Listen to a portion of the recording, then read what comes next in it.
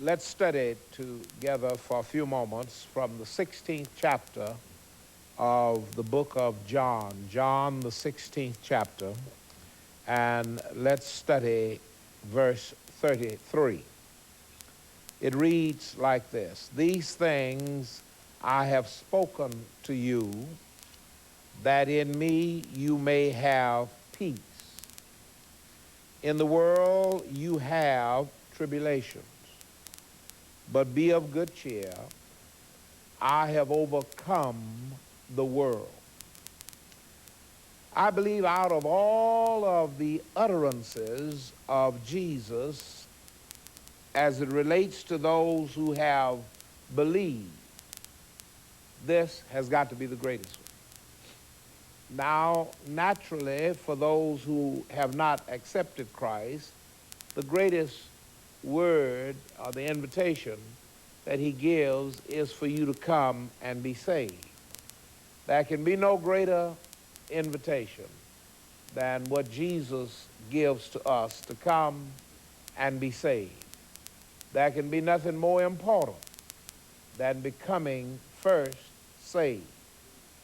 But this particular verse was written to encourage those of us who are saved. And we're living in a period, and I'm led as I was preparing to come here, we're living in a period where there is much discouragement. As a matter of fact, I would say that that's the devil's chief weapon right now, is that of discouraging the believer in his walk with God and in this spiritual warfare.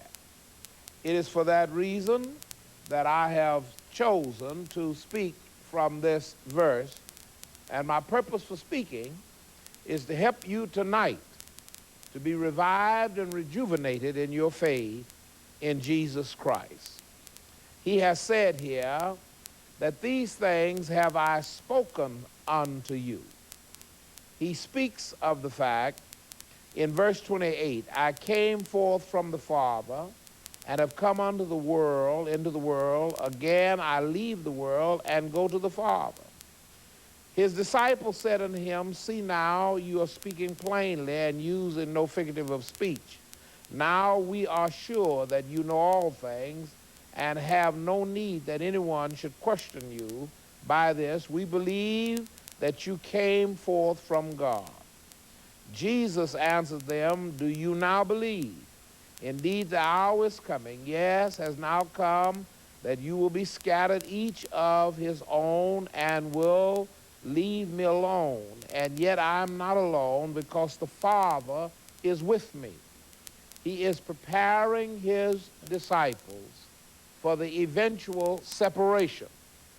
But he's talking to them so that in spite of the fact that he was preparing for his separation for them, that they would have peace. Now, it's difficult to believe that you could have any peace having traveled with Jesus and shared the ministry with Jesus, and then be informed that the hour is going to come when he will no longer be with them, that there can be any peace. But he says, I'm speaking this to you that you may have peace. Now, he says in the next verse, in the world you have tribulations. But be of good cheer, for I have overcome the world. Now, it is the fear of the world that causes the depression of Christians. Christians who are now listening to me, those of you who are listening to me in your living room and cars and what have you, by radio, because we're also hooked up around the world. It is the fear of the world. It is the fear of the world and its system and Satan and his tricks. It is the fear of what's going to happen, the unknown, that sometimes overwhelm us to the point that we don't have any cheer and no peace. But God would have me tell you tonight from his holy word by repeating this great announcement. I have overcome the world. Now there can be nothing greater that Jesus said to us who are believers. I have overcome the world. Now his intent for saying that is to, he said right there, in the world you have tribulation.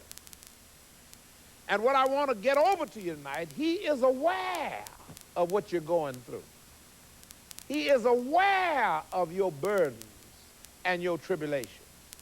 He is aware of your needs and your limitations, because he came here and stepped every step that man has or will ever step.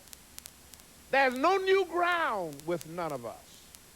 There are tracks of Jesus down the path of every one of us, no matter where you go.